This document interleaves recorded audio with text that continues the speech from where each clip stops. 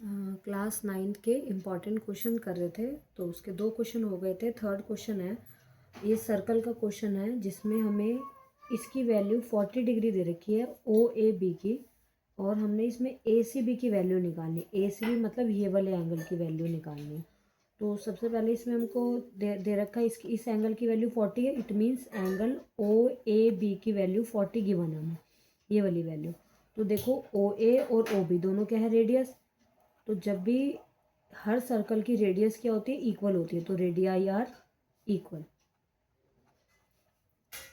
अब जब साइड एक तरीके से दोनों साइड है, तो जब साइड इक्वल होगी तो एंगल भी इक्वल होंगे। तो अगर ये 40 है तो ये भी क्या होगा, 40 होगा। तो angle O A B equal होगा एंगल ओ बी ए के। Reason, when sides are equal then angles are also equal. कि जब साइड इक्वल होती है तो एंगल भी इक्वल होते हैं। तो इस साइड का ये एंगल हो गया, इस साइड का ये एंगल हो गया, तो ये भी 40 हो गया। अब ये वाला एंगल निकाल लेते हैं क्योंकि एक ट्राइंगल बन रहा है। तो in triangle A O B, triangle में तीनों एंगल का सम 180 होता है।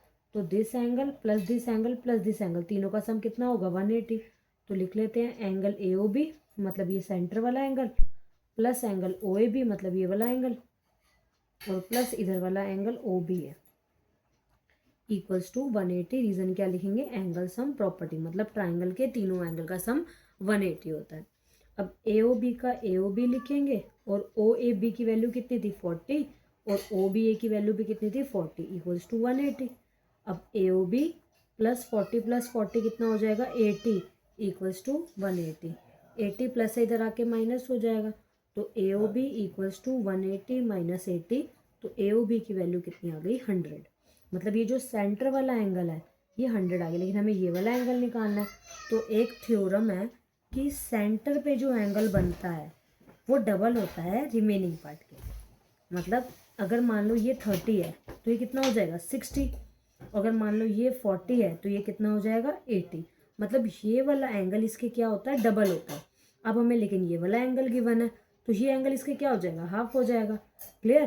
तो दोबारा से बताती हूँ कि जो सेंटर पे एंगल बनता है वो रिमेनिंग पार्ट की क्या होता है, डबल होता है। मतलब मान लो अगर ये 30 है तो ये कितना हो जाएगा, 60। ठीक है। तो पहले इसी प्रॉपर्टी को हम लिख लेते हैं कि जो सेंटर वाला एंगल है ए ओ बी वो क्या होगा, डबल होगा इस वाले पार्ट के, क्योंकि देखो ये इधर सेंटर पे बन रहा है, ये इधर बन रहा है। तो 2 of A C B, reason क्या लिखेंगे, the angle subtended at centre is double to the remaining part of circle. मतलब जो सेंटर पे एंगल बनता है वो रिमेनिंग पार्ट के क्या होता है, डबल होता है। तो अब ए ओ बी की वैल्यू हमारे पास आ गई 100 equals to 2 of A C B. अब 2 मल्टीप्लाई इधर आके क्या हो जाएगा, डिवाइड। तो 100/2 इसको कट कर लेंगे 50। तो एंगल ए सी बी की वैल्यू कितनी आ गई हमारे पास, 50। मतलब ये जो वैल्यू है इसकी हो गई 50।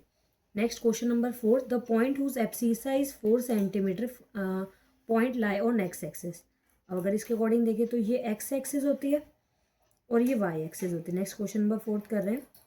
अब एब्सिसा किसको बोलते हैं, जो एक्स वाला पॉइंट है उसको एब्सिसा बोलते हैं, और वाई वाले पॉइंट को ऑर्डिनेट बोलते हैं। अब यहाँ पे हमें एब्सिसा मतलब एक्स वाला पॉइंट दे रखा है कि एक्स वाला पॉइंट कितना है, 4। अब बोला जो पॉइंट है वो एक्स एक्सिस पर है, तो एक्स एक्सिस पर हमेशा जो वाई का पॉइंट होता है वो 0 होता है। मतलब वाई की वैल्यू क्या हो गई, 0।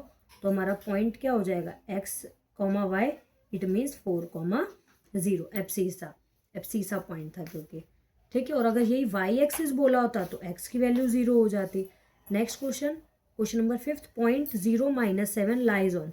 अब देखो इसमें एक्स की वैल्यू 0 है, इट मीन्स लाइन जो है वो किस पर आएगी, वाई एक्सिस पर, क्योंकि एक्स 0 है तो पॉइंट किस पर आएगा, वाई एक्सिस पर।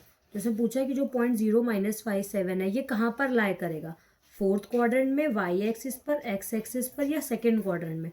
तो क्योंकि एक्स की वैल्यू 0 है तो ये एक्स पर तो आएगा नहीं, और वाई की वैल्यू क्या है, -7। इसका मतलब किस पर आएगा, वाई एक्सिस पर। तो आंसर हमारा क्या हो गया, वाई एक्सिस।